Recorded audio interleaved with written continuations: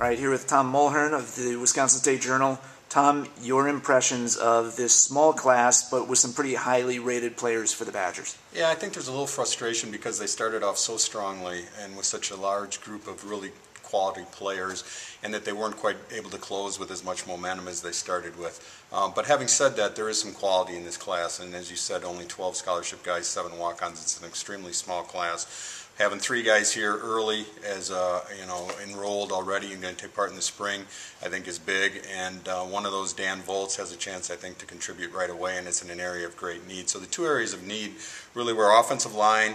They got 3 guys, and Bielema held out hope that there might be another guy added somewhere. We'll see if that happens. Lost out on some big-name guys and some guys who changed their minds late, so that hurt a little bit. But still, a pretty good group of 3 guys, and they needed to really improve in that area as well. And then they got some depth in the defensive backfield. And just talking to the defensive backs coach, Chris Ash, the defensive coordinator, you can never have too many cornerbacks, and that's the hope, is that they got a couple more cornerbacks in this group as well.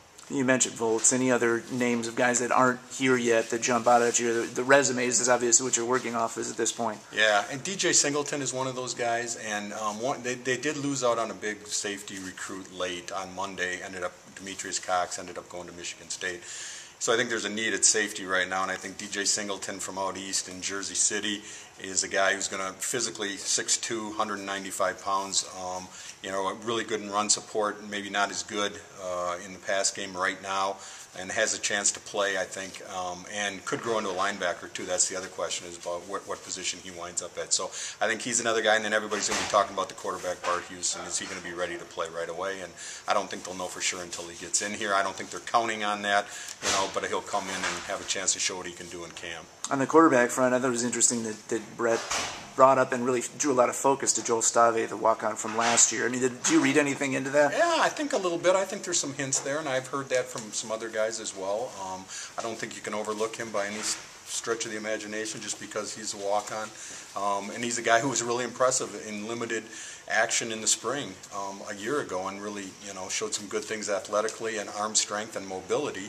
So I think it's a new coaching staff, a new coordinator in Matt Canada, and a new quarterbacks coach in Canada, and so I think everybody's on an open page, open slate right now, and he'll have a chance to make his impression just like anybody else.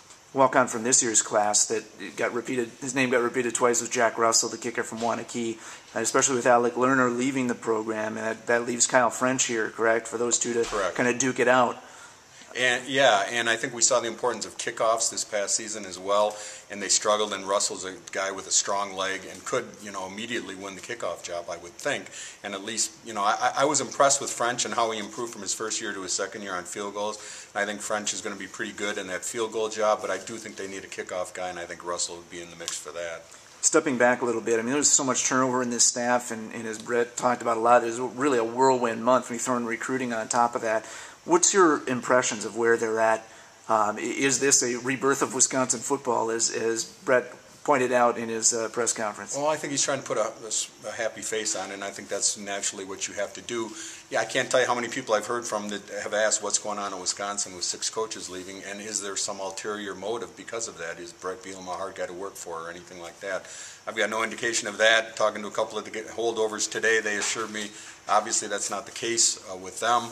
This is a good place to work. They're happy to be here. Chris Ash told me he's as happy as he's ever been at any place. So I do think there were some extraordinary circumstances that kind of combined with Paul Chris leaving and the loyalty some people felt towards him, and some other guys had opportunities could be closer to family and things like that. I think if you look at it from the outside, you see 6 guys leaving. That's an extraordinary event. It doesn't happen very often. But if you break it down individually, I don't think there's anything that fans need to panic over. Thanks, Tom.